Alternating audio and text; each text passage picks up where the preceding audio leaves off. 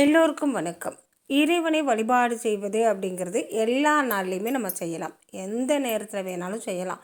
தூங்கி எழுந்ததுன்னு இறைவனை வழிபாடு செய்யலாம். தூங்க போகிறப்ப இறைவனை வழிபாடு செய்யலாம். இறைவனை வழிபாடு செய்வதற்கு நேரம் காலமே கிடையாது. நமக்கு எப்பெல்லாம் தோணுதோ அப்பெல்லாம் நம்ம வழிபாடு செய்யலாம். இருந்தாலும் ஒரு குறிப்பிட்ட தினங்களில், குறிப்பிட்ட ஹோரையில், குறிப்பிட்ட திதியில் நம்ம இறைவனை வழிபாடு செய்கிறப்ப அதற்கான முழு பலன் கிடைக்குங்க. வெள்ளிக்கிழமை அப்படிங்கிறது சுக்கிரனுக்கு உரிய அற்புதமான நாள். கோவிலுக்கே போகாதவங்க கூடி இந்த நாளில் கோவிலுக்கு போய் இறைவனை வழிபாடு செய்கிறது, வீட்டில் விளக்கேற்றி, அதாவது வாரம் முழுவதும் விளக்கேற்றி வழிபாடு செய்யலை அப்படின்னாலும் அந்த வெள்ளிக்கிழமை நாளில் ஒரு விளக்கேற்றி இறைவனுக்கு ஒரு பூவை போட்டு வழிபாடு செய்கிறத நம்ம பார்த்துருக்கோம். வெள்ளிக்கிழமை அப்படிங்கிறது ரொம்பவுமே விசேஷமான நாள். இந்த நாளில் அம்பாளை வழிபாடு செய்தாலும் சரி, மகாலட்சுமி தாயாரை வழிபாடு செய்தாலும் சரி, பெருமாளை, முருகப்பெருமான, சிவபெருமான, நமக்கு இஷ்டமான எந்த தெய்வத்தை நம்ம வழிபாடு செய்தாலும் அதற்கான பலன் நமக்கு முழுமையாக கிடைக்குங்க. இந்த வெள்ளிக்கிழமை பார்த்திங்கன்னா அமாவாசையோடு சேர்ந்து வந்திருக்கிற சிறப்பான ஒரு நாளாக இருக்குது. பொதுவாகவே அமாவாசை அப்படிங்கிறது சக்திகளை கொண்டாடக்கூடிய நாள், பெண் தெய்வங்களுக்கான நாள். அதுவும் வெள்ளிக்கிழமையோடு சேர்ந்து வந்திருக்கிற இந்த நாளை நம்ம தவறவே விட்டுறக்கூடாதுங்க. உங்களுக்கு எந்த தெய்வம் இஷ்டமான தெய்வமோ அந்த தெய்வத்திற்கு உரிய மந்திரத்தை சொல்லி வழிபாடு செய்வதற்கு மிக மிக நல்ல நாள் அப்படின்னா அமாவாசையோடு சேர்ந்து வந்திருக்கிற இந்த வெள்ளிக்கிழமை நாள். இந்த நாளில் மாலை வேளையில் உங்களுடைய இஷ்ட தெய்வத்துடைய திருநாமத்தை 108 முறை நீங்கள் சொல்லி வழிபாடு செஞ்சீங்க அப்படின்னா அந்த தெய்வத்துடைய அருள் பரிபூர்ணமாக உங்களுக்கு கிடைக்கும். நீங்கள் மந்திரம் சொல்லி வழிபாடு செய்வதற்கான முழு பலன் கிடைக்கும். எனக்கு மந்திரமெல்லாம் தெரியாதுங்க, நான் எப்படி வழிபாடு செய்கிறது அப்படின்னு கேட்டிங்கன்னா, இப்போ முருகப்பெருமான் உங்களுக்கு இஷ்டமான தெய்வம் அப்படின்னா ஓம் ஸ்ரீம் சரவணபவ அப்படிங்கிற மந்திரத்தை 108 முறை சொல்லி வழிபாடு செய்யலாம். விநாயக பெருமானை நான் வழிபாடு செஞ்சிட்ருக்கேன், அவர் தான் எனக்கு இஷ்டமான தெய்வம் அப்படின்னா ஓம் கம் கணபதாய நமக என்ற மந்திரத்தை 108 முறை சொல்லி வழிபாடு செய்யலாம். உங்களுக்கு சிவபெருமானை பிடிக்கும், சிவபெருமான் தான் என்னுடைய இஷ்டமான தெய்வம் அப்படின்னா ஓம் நமச்சிவாய நம என்ற மந்திரத்தை 108 முறை சொல்லி வழிபாடு செய்யலாம். நமக்கு எந்த தெய்வம் இஷ்டமான தெய்வமாக இருக்கிறதோ அந்த தெய்வத்துடைய நாமத்தை வெள்ளிக்கிழமையும் அமாவாசை திதியும் சேர்ந்து வந்திருக்கிற அற்புதமான நாளில் மாலை வேளையில் 6 மணிலேருந்து 7 மணிக்குள்ளே 108 முறை சொல்லி இறைவனை நாம் வழிபாடு செய்கிறப்ப அதற்கான முழு பலன் கிடைக்குங்க. அதாவது கோரையும் திதியும் அறிந்து செயல்பட்டால் நம்ம எடுத்த காரியம் அனைத்திலும் வெற்றி பெற முடியும் அப்படின்னு நம்ம முன்னோர்கள் சொல்லியிருக்காங்க. அமாவாசை திதி பெண் தெய்வங்களை கொண்டாடுறதுக்கான திதி. அமாவாசை திதி நமக்கு இஷ்டமான தெய்வங்களை கொண்டாடுவதற்கு அற்புதமான திதி. வெள்ளிக்கிழமையோடு சேர்ந்து வந்திருக்கிற இந்த அமாவாசை திதியில் அமாவாசை அன்னைக்கு நீங்கள் முருகப்பெருமானையோ சிவபெருமானையோ எந்த இறைவனையாக இருந்தாலும் சரி அந்த இறைவனுடைய திருநாமத்தை 108 முறை சொல்லி வழிபாடு செய்யுங்க. மகாலட்சுமி தாயாரை நான் வழிபாடு செஞ்சிட்ருக்கேன், தொடர்ந்து மகாலட்சுமிக்கான பூஜையை நான் செஞ்சிட்ருக்கேன் அப்படிங்கிறவங்க வெள்ளிக்கிழமை மாலை 6 மணிக்கு 5 ரூபாய் நாணயம் 108 நாணயம் எடுத்து மகாலட்சுமி தாயாருக்கு 108 லக்ஷ்மி போற்றி சொல்லி வழிபாடு செய்யுங்க. வெள்ளி நாணயம் இருந்தால் வெள்ளி நாணயம் வைத்து வழிபாடு செய்யலாம். வெள்ளி நாணயம் இல்லை அப்படிங்கிறப்ப 5 ரூபாய் நாணயம் வைத்து வழிபாடு செய்யலாம். வெள்ளி நாணயமும் இல்லை, 5 ரூபாய் நாணயம் இல்லை, திடீர்னு நான் எப்படி அர்ச்சனை பண்ணுறது அப்படின்னா சிறிது பச்சரிசியும் மஞ்சளும் நெய்யும் விட்டு கலந்து அர்ச்சனையாக மாற்றி 108 போற்றிக்கு அர்ச்சனை போட்டு நீங்கள் மகாலட்சுமி தாயாரை வழிபாடு செய்யலாம்.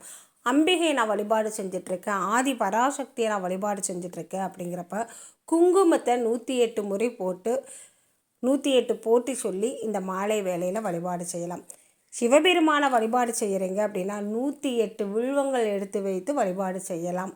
மகாவிஷ்ணுவை நீங்கள் வழிபாடு செய்கிறீங்க அப்படின்னா 108 முறை துளசி இலைகளை போட்டு வழிபாடு செய்யலாம். விநாயக பெருமானை நீங்கள் வழிபாடு செய்ய போகிறீங்க அப்படின்னா 108 அருகம்பில் வைத்து வழிபாடு செய்யலாம்.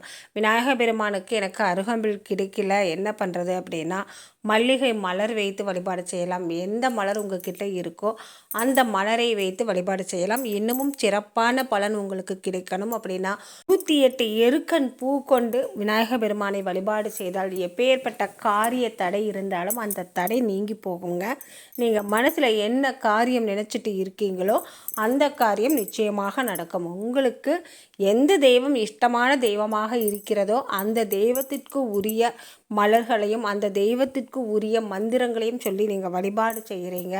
அதாவது அந்த செய்கிற வழிபாடும் கூடி அந்தந்த தெய்வத்திற்கு உரிய ஹோரை அறிந்து திதி அறிந்து தினமறிந்து நீங்கள் வழிபாடு செஞ்சீங்க அப்படின்னா அந்த தெய்வத்துடைய அனுகிரகமும் நீங்கள் எதற்காக வழிபாடு செய்கிறீங்களோ அதற்கான பலனும் முழுமையாக கிடைக்குங்க.